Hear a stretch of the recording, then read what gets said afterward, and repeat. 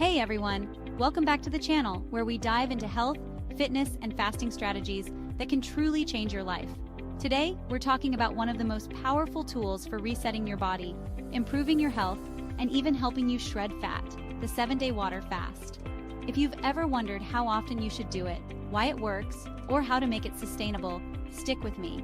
I'll not only answer those questions, but also share real-life tips and practical examples to help you get started. Let's jump in.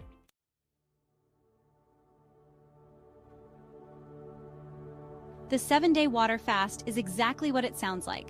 For an entire week, you consume only water, electrolytes, and optionally, small amounts of bone broth to help sustain your body. No food at all. Now, I know that sounds intense, and let's face it, 7 days without food isn't your typical health hack. But here's the thing. This fasting protocol is backed by science, history, and countless personal experiences, including my own.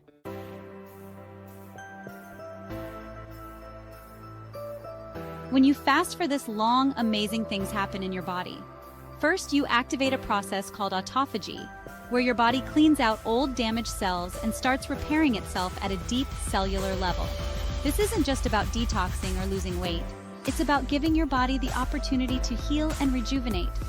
Studies even suggest that prolonged fasting can reduce inflammation, boost your immune system, and lower your risk of diseases like cancer and Alzheimer's.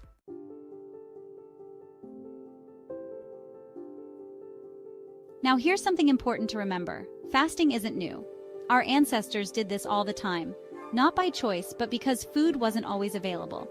It's in our DNA to go without food for extended periods, and our bodies are designed to handle it. Fasting allows your body to tap into its fat stores for energy, something it does remarkably well. So if you're wondering whether you can handle 7 days without food, the answer is yes, you absolutely can, with the right preparation.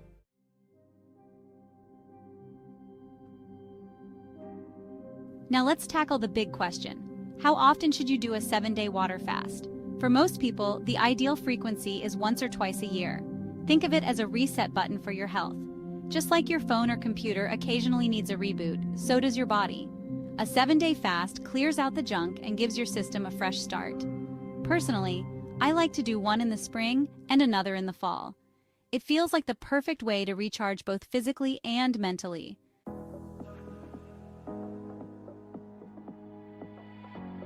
So how do you make a 7-day fast sustainable? The answer lies in preparation and smart choices. First, prepare your body. About a week before your fast, start cutting out processed foods, sugar, and alcohol. Focus on whole foods, lean proteins, vegetables, and healthy fats.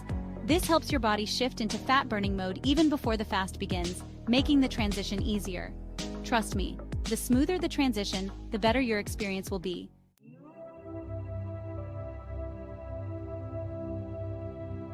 Next is mental preparation. Fasting isn't just physical, it's mental. Set an intention for your fast. Why are you doing it? Is it for your health, your focus, or maybe spiritual clarity? Having a clear reason will help you stay committed when things get tough. And yes, there will be tough moments, especially in the first few days. But those moments are temporary, and the rewards are worth it.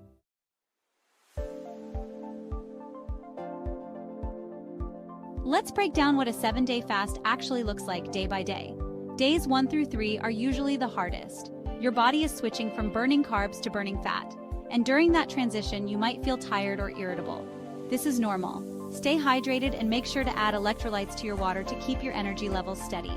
You can find sugar-free electrolyte powders that are easy to mix into your water.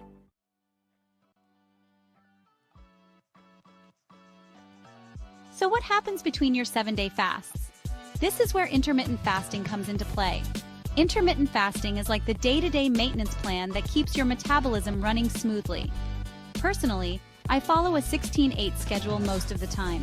That means I fast for 16 hours a day and eat all my meals within an 8-hour window. It's simple, sustainable, and keeps your body in fat-burning mode longer.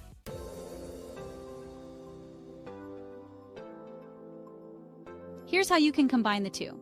Let's say you do a 7-day water fast in January. For the rest of the winter and spring, you stick to intermittent fasting. Then, in June, you do another 7-day fast. This gives you the benefits of both strategies without overloading your body.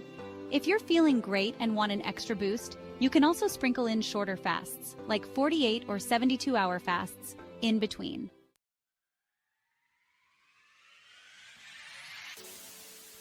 So, what kind of results can you expect? Internally, your body gets a complete reset. You clear out damaged cells, reduce inflammation, and improve your insulin sensitivity. Externally, you'll notice fat loss, reduced bloating, and even clearer skin. I've personally experienced more energy and mental clarity after a 7-day fast, and I'm not alone. The people I've spoken to about their experiences say it's life-changing.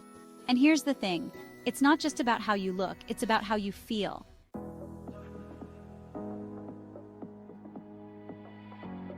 Before we wrap up, let me give you a few tips to ensure your fasting experience is a success. First, stay hydrated. This is non-negotiable.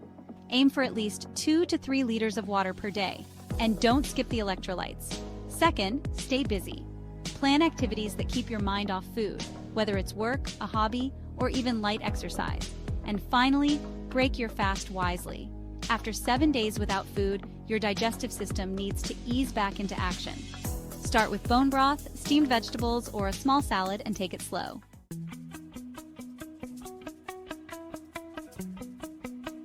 So, how often should you do a 7-day water fast? For most people, once or twice a year is ideal, with intermittent fasting filling the gaps. The key is to listen to your body and find a routine that works for you.